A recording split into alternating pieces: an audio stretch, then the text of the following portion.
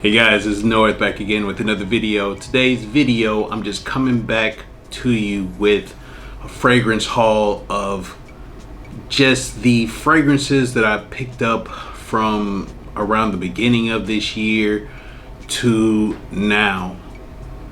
Most of which I got within the last couple of months. I just came back from traveling. I was in the States and then I was in Malaysia for about a month, so I picked up a couple of things there that were pretty exciting.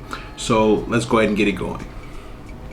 I'll try to split these up into sections. There are some things that I got when I was in the States, some when I was back here in Kuwait briefly, and then the ones that I picked up when I was in Malaysia.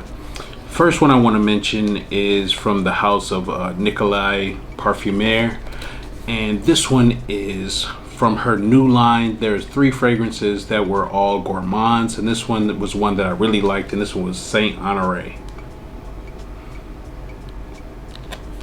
So again, this is what the bottle looks like. They all look the same. This is a 100 ml bottle. I don't believe it comes in any other format.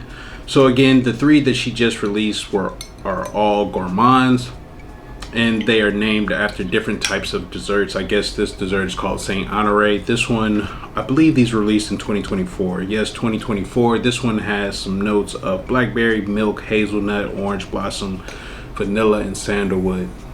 And out of the 3, this was one I really liked, and I almost bought it at, I believe, like 20% off of the retail price, but then I got it from one of my plugs down in the gray market, so I went on ahead and picked it up. I barely have worn any of these, so I don't have much to say about them as far as how much I love them or don't love them. Hopefully, if I get more time, I'm able to do some reviews or do a little bit more in-depth lists. Let's keep it moving.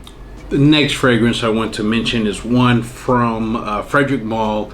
This was one of the 2 that I wanted from the Desert Gems line. Now we know that if you're familiar, that the Desert Gem line is quite expensive. I do have 100 ml of the Dawn. When I bought the 50 ml, that was like the most expensive fragrance I had ever purchased, and I think the 50 ml I paid retail for, but then I was able to lug up on getting 100 ml for a deal and then selling my 50 ml.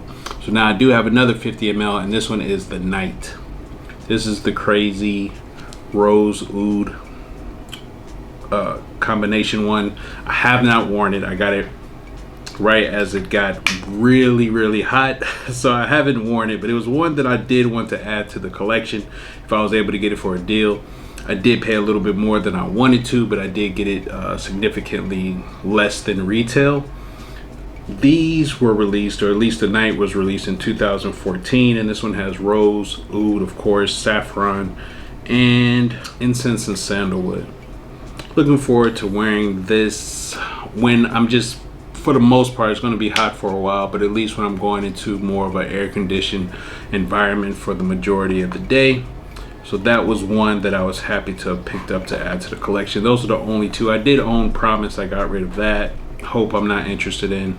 But the Dawn and the Night were the 2 that I really wanted to get, and I do have those. Let's keep it moving. Next fragrance that I picked up while I was still in Kuwait is from the house of Abdul Qurashi. I haven't gotten much from them as of recent times, but then I came across this. I did not know that this exists, and this one is called Heritage Blend.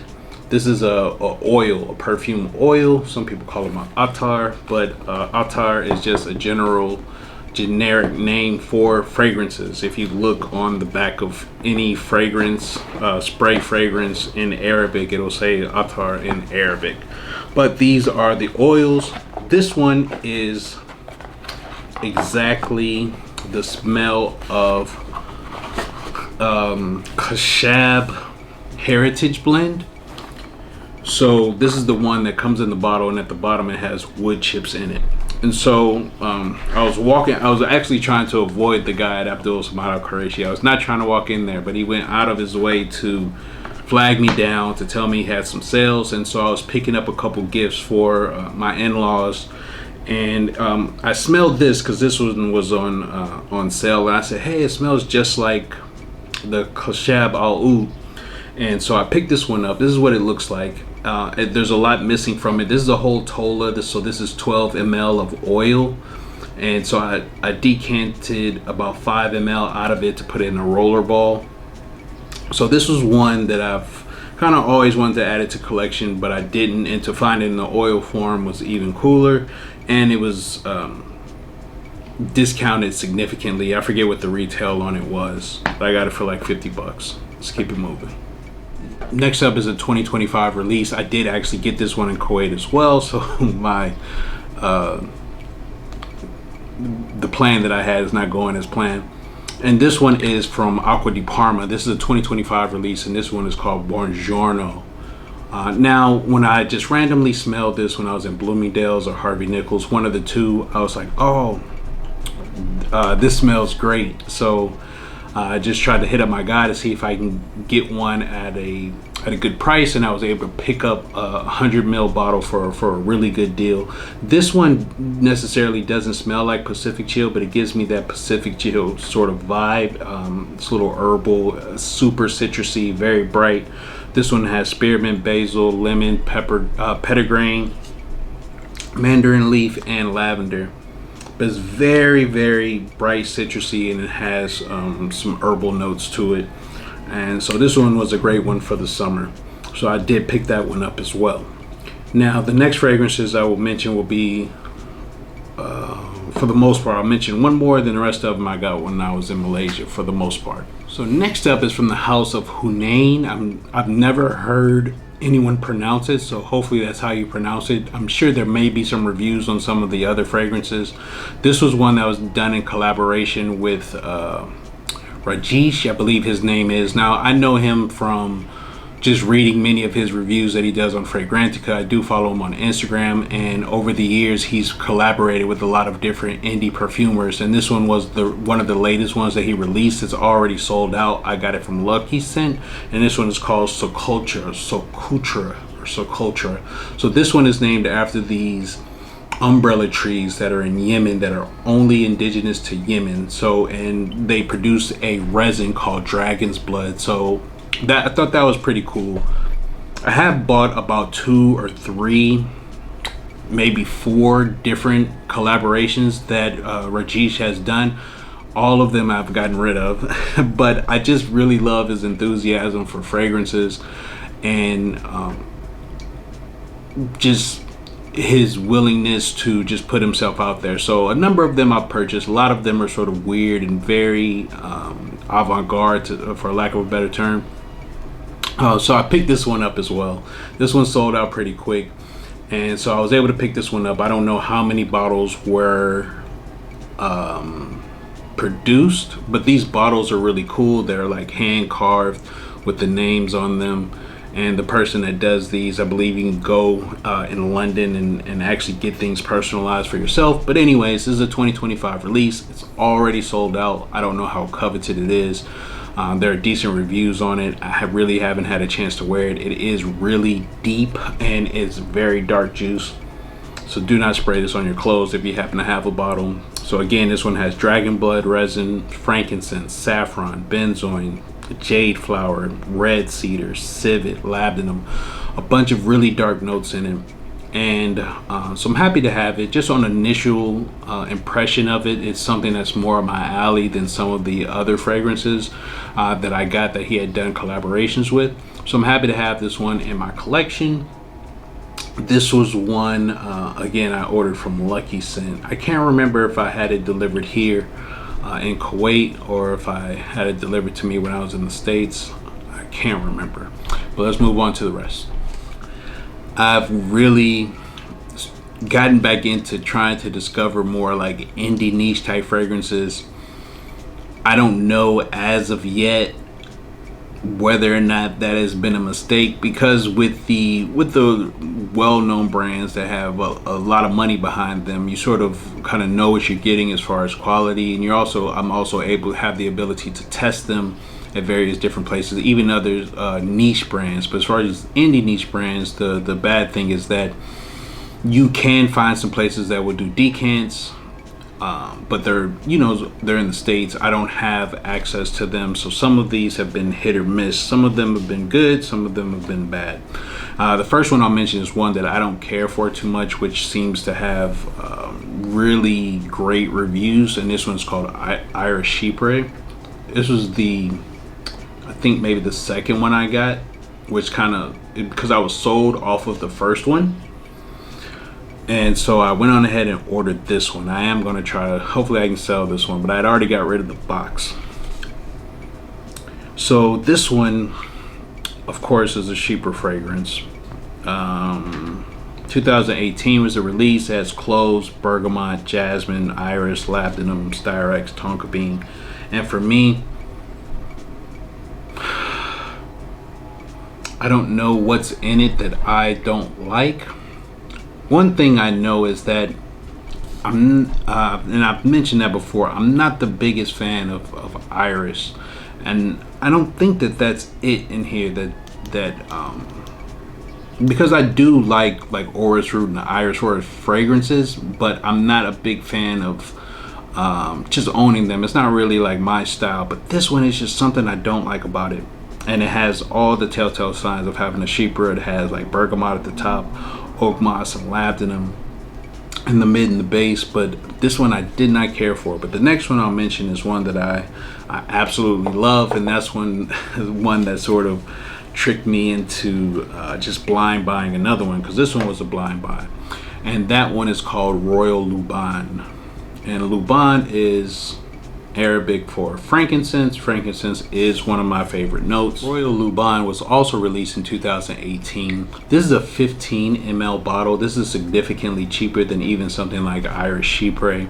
This one was like $150 for a 50 ml, and even on the site it says this will be one of the best frankincense fragrances you would ever get your nose on. And he is correct. The only other fragrance that smelled this much like authentic unburnt frankincense is L'Autre from Diptyque, and so I think this one is a step above that one. It does have that authentic sort of like lemony pineness that comes when you smell unburnt frankincense and when you first put it on the fire, on the coals. And I really love this one from the first time I smelled it. This one has frankincense, of course. It says saffron, gardenia, labdanum, geranium, and vetiver. I don't get much of any other notes from it, but whatever they put together, I guess, creates what this frankincense accord is. But I love this so much that later I ended up buying the 3 ml, which is a quarter tola, which is I think the most that you could get. This is 3 ml, I think. Of the oil of it. So I'll layer these together, but this is an awesome scent.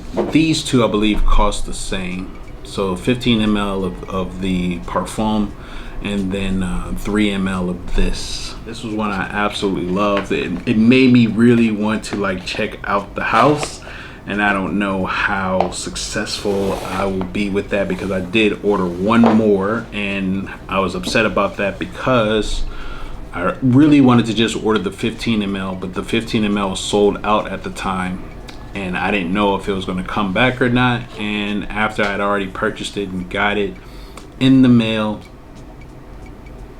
I saw there were more 15 mls back on the website. Nonetheless, this one is called Ghaliya Rosarie, and this is a fragrance that is called Ghaliya, and I guess in this like Arabic inspired or Arabic type brands, Ghaliya is a sort of like catch-all type of term, or like a flash term to get people's attention, because Ghaliya just means that it's expensive. And I'm waiting on one more fragrance to come in, another Ghaliya from a different brand, and I want to compare the two to see which one is better. And in that, I'll go more into depth on what a Ghaliya is and the history of it and things like that. I don't have the release date on this one, but what prompted me to want to buy this was that it has Taif rose in it. So the notes on this one are Turkish rose, Taif rose, saffron, frankincense, heliotrope, frangipani, sandalwood. And this one I do like a lot. You do get a lot of ambergris in it. You do get I get a little bit, I get more muskiness from like the ambergris than I in some of the oud than I do the rose, but the rose is there in it. I wish it did had a little more of a rose prominence to it, but I do like it. I do like it a lot. But what I did is I had to come up with a cheat code, and this Ghaliya Rosarie, I did get one. I had it forwarded to me when I was in Malaysia, but while I was there, I actually ran into a Abdul Al Qurashi boutique there. I didn't know they had any, and they said they had been open for 2 years. There's a lot of Arabian ouds there, but there weren't any Abdul Al Qurashis. But so when I went in there, I wanted to get some Taif rose oil from there. So that's what I was able to get. I did put it in the spray bottle. This oil is thin enough to put it in a spray bottle, so I was able to get some Taif rose. And what I've been doing is layering the Taif rose oil with this Ghaliya, and I've been doing that with a couple other things. But that's something else that I picked up, and those are the only ones that I got from Elixir Attar. Moving on. Next up is another 2025 release, another indie niche fragrance. This is the first one I bought from this brand. I always tell my colleagues about how insane this guy is with his prices, and even the way he talks about fragrances. You know, he's a really good salesman, and that is from Ensar Oud. And the one that I got was called Sultan Black Rose. Now, this has like a really serious cult following because these fragrances are not cheap at all. But this is the first one I wanted to get. It does say Black Rose, so I knew it was going to be dark. I did read some of the reviews on it, but it's really dark and soily, and there's rose in the background, but it has a ton of notes: black pepper, ambergris, oud resin, clove, tobacco, Sri Lankan oud, Malaysian oud, labdanum. There's a ton of notes in it. I do like the Ghaliya Rosarie more than this as far as a blind buy goes. This is 15 ml, so this was slightly cheaper than buying a 30 ml of that, but like a 30 ml would cost more than a 30 ml of this.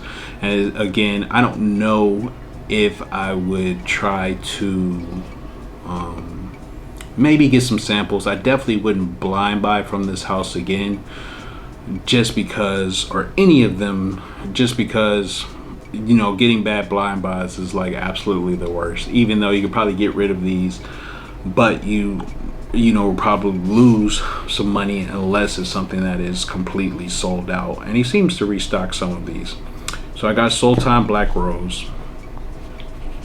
This one came to me I think when I was in the States. So 2 more fragrances essentially. The next one is another indie niche brand, but this is one that was actually essentially almost basically blind bought because the tester was out, of course.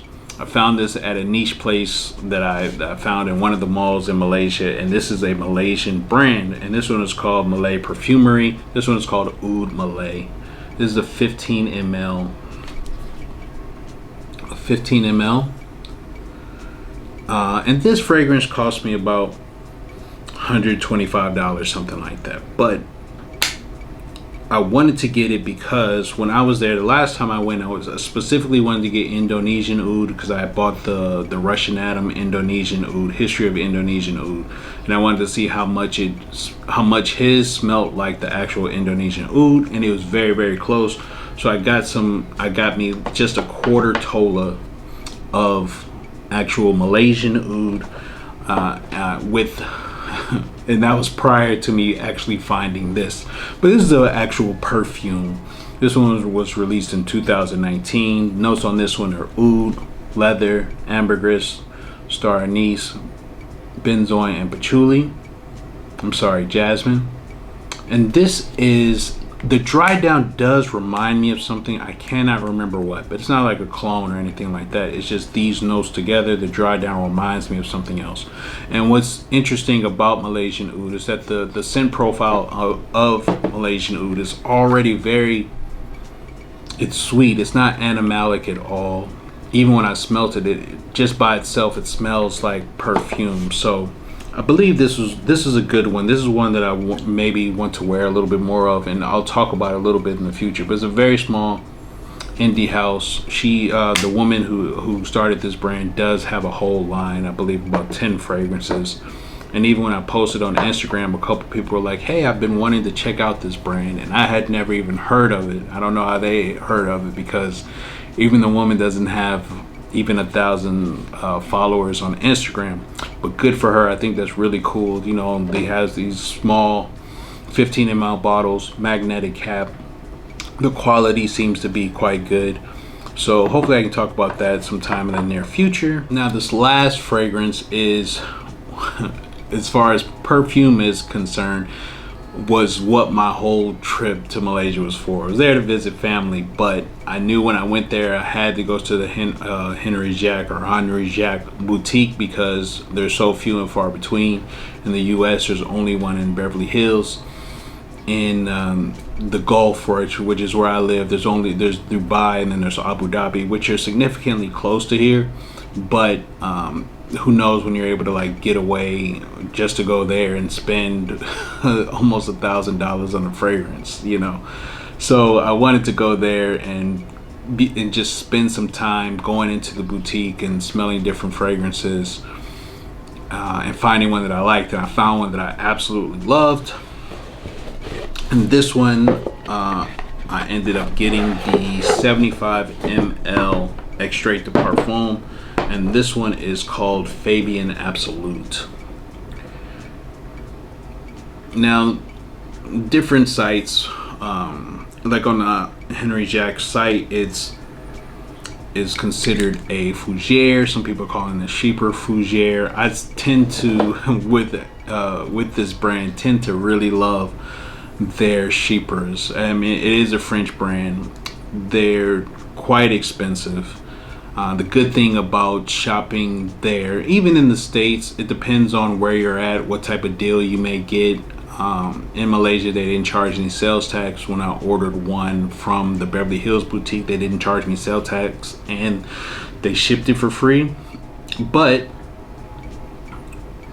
in Malaysia, because of the conversion rate, I may have saved maybe about $30 or $40. Didn't say if I got it with all these different things taken off, the sales tax and the free shipping. I probably saved about $30 or $40. So this is Fabian Absolute. It was released in 2010. This one has green leaves, bergamot. The main star in this is the violet. It does say it has oud in it, palmarosa, oak moss, sandalwood, and musk. And this is just an absolutely beautiful scent. There are some Facebook groups, and somebody mentioned that for some reason someone asked which one is closer to Fahrenheit, to Dior Fahrenheit. Someone mentioned this. This is like after I smelled it and I was just doing research and wanted to test it a few times before I decided whether or not I wanted to spend my money on this.